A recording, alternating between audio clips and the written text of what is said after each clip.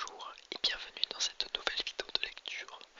Aujourd'hui, on va lire ensemble le chapitre 9 des aventures du commissaire Adamsberg dans le livre intitulé Sous les vents de Neptune, écrit par Fred Vargas. Alors avant de commencer, je me suis un petit peu avancé dans ce livre, comme pour les épouvantails de minuit que j'ai fini d'ailleurs. Mais malgré que je me sois avancé dans le livre, ce n'est pas pour autant que je ne buggerai pas. Donc du coup, j'espère que vous serez aussi indulgents que d'habitude. Donc voilà, bonne lecture à vous. Enfin, bonne vidéo à vous surtout. En chemin, Danglars ruminait ses découvertes. Un frère, un crime et un suicide. Un presque jumeau inculpé de meurtre, exclu du monde, est mort. Un drame si lourd qu'Adamsberg n'en avait jamais parlé. Et dans de telles conditions, quel crédit accorder à l'accusation née de la seule silhouette du juge sur le chemin et d'un trident dans la grange. À la place d'Adamsberg, il eut, lui aussi, cherché désespérément un coupable à poser en la place de son frère, en désignant instinctivement l'ennemi du village. J'aimais mon frère mieux que moi-même. Il lui semblait qu'Adamsberg persistait d'une certaine manière à tenir seul contre tout la main de Raphaël dans la sienne depuis la nuit du meurtre, s'écartant ainsi depuis 30 ans de l'univers des autres où il ne pouvait aller sans risquer de lâcher cette main, d'abandonner son frère à la culpabilité et à la mort. En ce cas, seule l'innocence posthume de Raphaël et son retour au monde pourraient libérer les doigts d'Adamsberg. Ou bien, se dit Danglars en serrant sa sacoche, la reconnaissance du crime de son frère. Si Raphaël avait tué, il lui faudrait l'admettre un jour. Adamsberg ne pouvait passer sa vie à donner forme à une erreur sous les traits d'un terrifiant vieillard. Si le contenu des dossiers devait pencher en ce sens, il serait contraint de freiner le commissaire et de lui ouvrir les yeux en force, si brutale et douloureuse soit l'entreprise. Après le dîner, une fois les enfants dans leur chambre, il s'installa à sa table, soucieux, avec 3 bières et 8 dossiers. Tous s'étaient couchés beaucoup trop tard. Il avait eu l'idée malencontreuse de leur raconter au dîner l'histoire du crapaud qui fumait. Paf, paf, paf, et explosion, et les questions avaient été présentes. Pourquoi le crapaud explosait-il? Pourquoi le crapaud fumait-il? Quel volume de melon atteignait-il? Les entrailles montaient-elles très haut? Cela faisait-il la même chose au serpent? Danglars avait fini par leur interdire toute forme d'expérimentation, toute introduction de cigarette dans la gueule d'un quelconque serpent, crapaud ou salamandre, tout autant que dans celle d'un lézard, d'un brochet ou de n'importe quelle foutue bestiole. Mais enfin, à plus de 11 heures, les 5 cartables étaient bouclés, la vaisselle faite et les lumières éteintes. Danglars ouvrit le dossier par ordre chronologique, mémorisant les noms des victimes, les lieux, les heures, l'identité des coupables. 8 meurtres, tous commis, nota-t-il, dans des années impaires. Mais enfin, une année impaire ne représente jamais qu'une chance sur deux, ce n'est pas même l'indice d'une coïncidence. Seule la conviction obstinée du commissaire avait relié entre ces cas disparates et rien pour l'instant ne prouvait qu'un seul homme en était la cause. 8 meurtres en des régions différentes, Loire-Atlantique, Touraine, Dordogne, Pyrénées. Néanmoins, on pouvait imaginer que le juge avait souvent déménagé pour parer au danger. Mais les victimes étaient elles aussi très diverses, en âge, en sexe et en apparence. Des jeunes gens et des vieillards, des adultes, des hommes et des femmes, des gros et des minces, des bruns et des blancs. Ce qui s'adaptait mal à l'étroite obsession d'un tueur en série. Les armes étaient également dissemblables, poisons, couteaux de cuisine, opinel, couteaux de chasse, tournevis et pointés. Danglars secoua la tête assez découragé. Il avait espéré pouvoir suivre Adamsberg, mais l'ensemble de ces disparités constituait un sérieux obstacle. Il était vrai toutefois que les blessures présentaient des points concordants. Chaque fois, 3 perforations profondes infligées au buste, sous les côtes ou dans le ventre, précédées d'une contusion crânienne pour étourdir la victime. Cependant, sur la totalité des meurtres commis en France depuis un demi-siècle, quelle probabilité avait-on de trouver 3 blessures au ventre,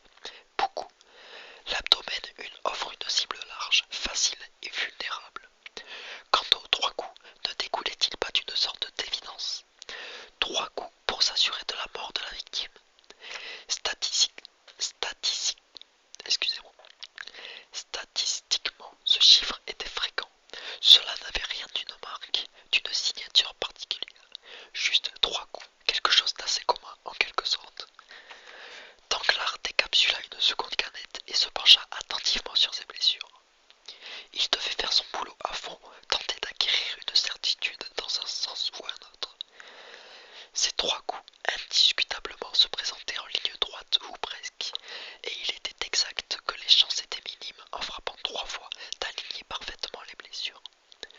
Ce qui faisait bel et bien penser à un trident, ainsi que la profondeur des perforations que la puissance de l'outil emmanché rendait possible, alors qu'il est rare qu'un couteau pénètre 3 fois jusqu'à la garde. Mais le détail des rapports détruisait cet espoir, car les lames utilisées différaient en largeur et en profondeur. De plus, l'espacement entre les perforations variait d'un cas à l'autre, de même que leur alignement. Pas de beaucoup, parfois d'un tiers de centimètre ou d'un quart, l'une des blessures pouvant se trouver légèrement décalée vers le côté ou vers l'avant. Et ces divergences excluaient l'usage d'une seule arme. 3 coups très semblables, mais pas assez pour incriminer un seul outil et une seule main. Toutes ces affaires avaient en outre été bouclées, les coupables arrêtés, parfois même avec des aveux. Mais, à l'exception d'un autre adolescent tout aussi malléable et affolé que Raphaël, il s'agissait de paumés, d'ivrognes errants ou semi-vagabonds, tous présentant au moment de l'arrestation un taux d'alcoolémie spectaculaire. Guère difficile de pousser à la confession ces hommes en déroute si promptes à s'abandonner à eux-mêmes. Voilà, pardon. Danglars écarta le gros chat blanc qui s'était posé sur ses pieds. Il était chaud et lourd. Il n'avait changé de nom depuis qu'il y a un an. Il n'avait pas changé de nom depuis qu'il y a un an. Camille le lui avait laissé avant de partir pour Lisbonne. À l'époque, c'était une toute petite boule blanche aux yeux bleus qu'il appelait donc la boule. Elle avait grandi en douceur, ne sachant griffer ni les fauteuils ni les murs. Danglars ne la regardait jamais sans penser à Camille, qui n'était pas très calée en autodéfense. Il souleva le chat en l'attrapant par le ventre, saisit le bout d'une de ses pattes et gratta d'un ongle le coussinet. Mais les griffes ne sortirent pas. La boule était un cas. Il la posa sur la table, puis, finalement, le replaça sur ses pieds. Si tu es bien là, reste là. Aucun des coupables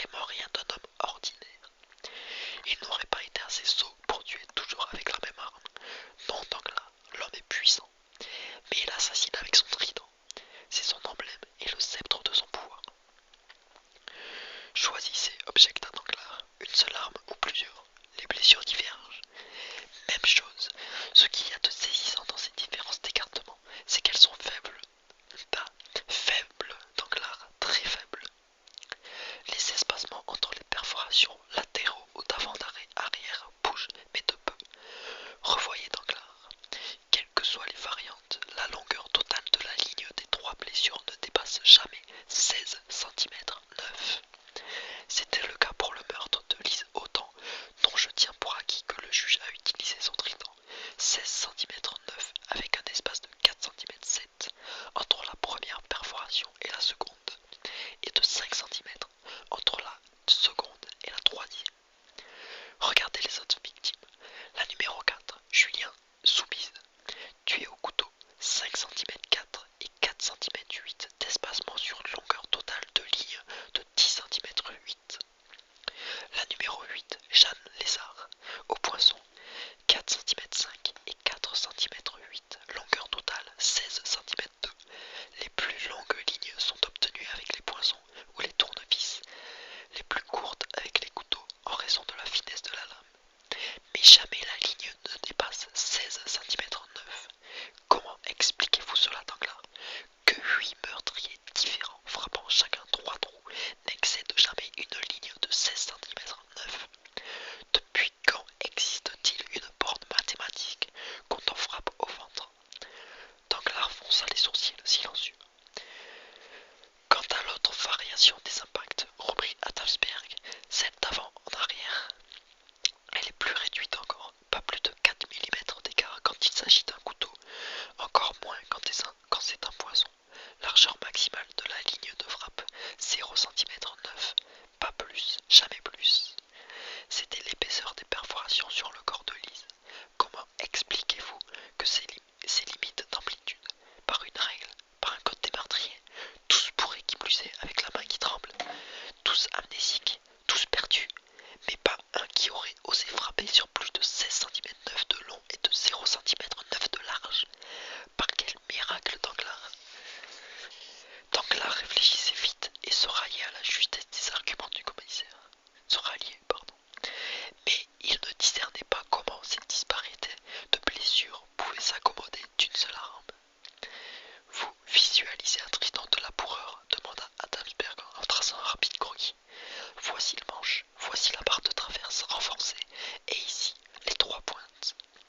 Le manche et la barre demeurent, mais les pointes changent. Vous comprenez, Danglars? Les pointes changent, mais bien sûr dans la limite de la dimension fixe de la barre de traverse, soit 16 cm 9 de long sur 0 cm 9 de large, pour l'outil qui nous occupe. Vous voulez dire que l'homme dessoude chaque fois les 3 pointes et soude provisoirement sur la traverse d'autres lames changeantes. Vous y êtes, capitaine, il ne peut pas changer d'outil. Il y est névrotiquement attaché et cette fidélité donne la preuve de sa pathologie.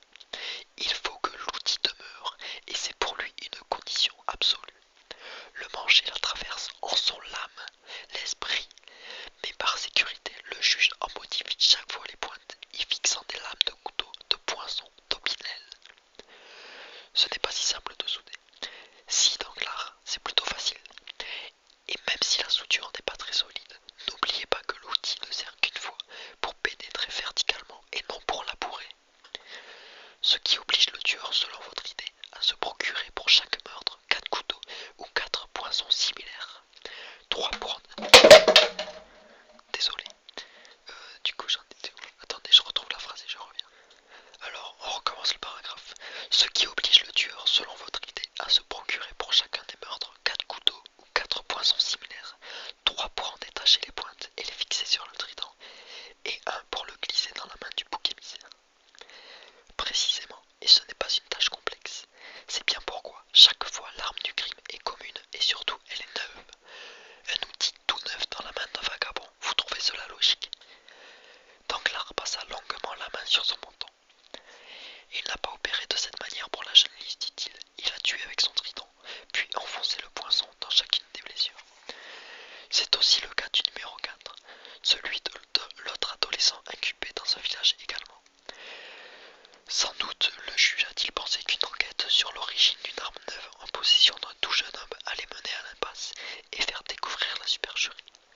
Il a préféré choisir un vieux poinçon plus long que les pointes de son trident et déformer ainsi les impacts. Ça se tient, reconnut Danglars. Ça se tient aussi serré que les pièces d'une marqueterie. Le même homme, le même outil, car j'ai vérifié, Danglars. Après le déménagement du juge, j'ai visité le manoir de fond en comble. Les outils étaient restés dans la grange, mais pas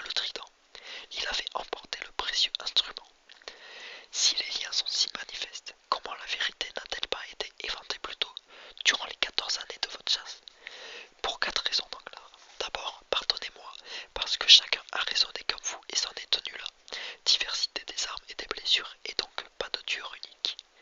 Ensuite, cloisonnement géographique des enquêteurs, défaut de liaison interrégionale.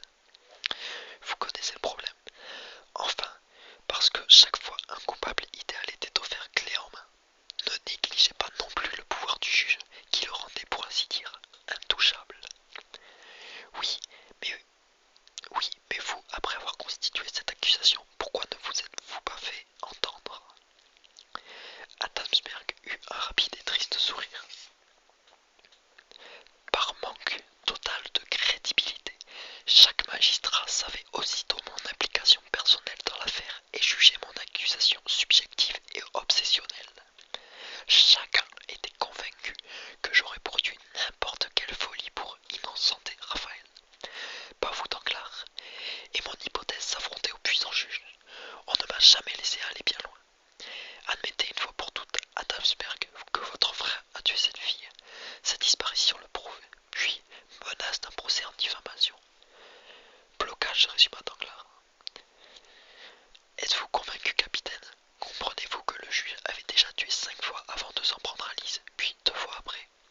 8 meurtres espacés sur une période de 34 années. C'est plus qu'un tueur en série, c'est le travail sec et méticuleux de toute une vie, dosé, programmé, réparti. J'ai repéré les 5 premiers crimes par des recherches en archives et j'ai pu en manquer. Pour les 2 suivants, je suivais le juge à la trace et je guettais l'actualité. Fulgence savait que je n'avais pas désarmé et je le forçais à une échappée sans fin.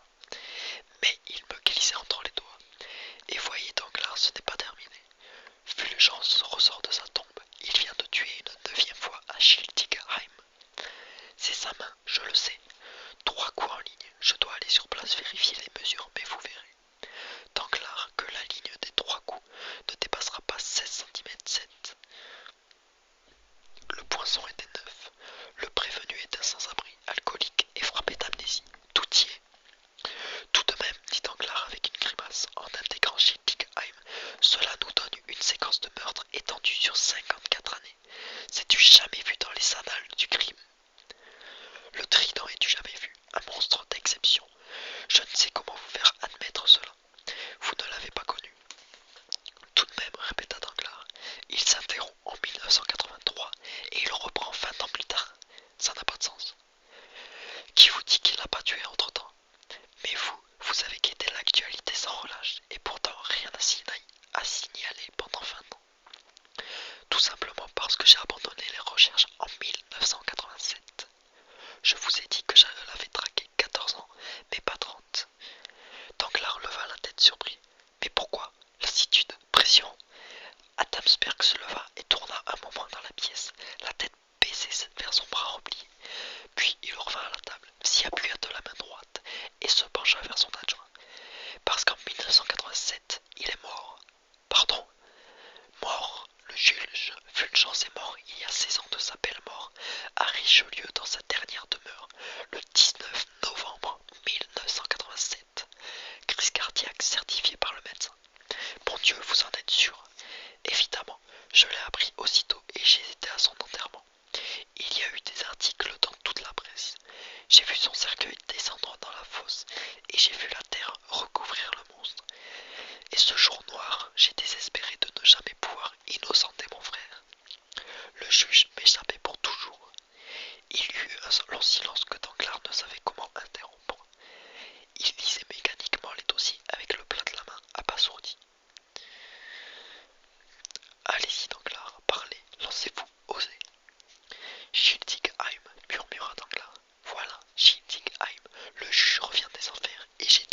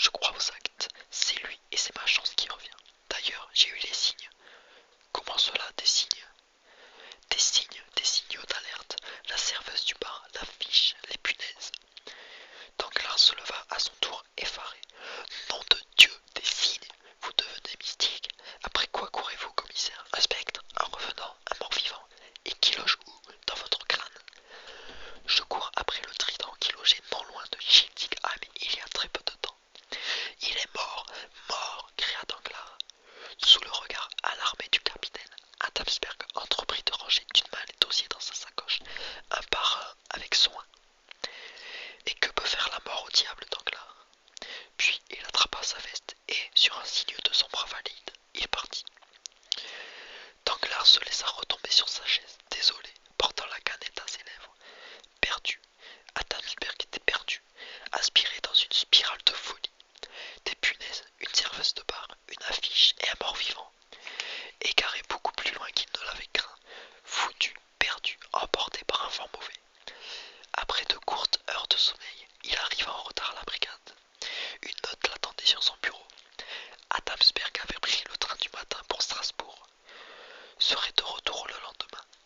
Danglars eut une pensée pour le commandant Trappelman et pria pour son indulgence. Et moi, je vous prie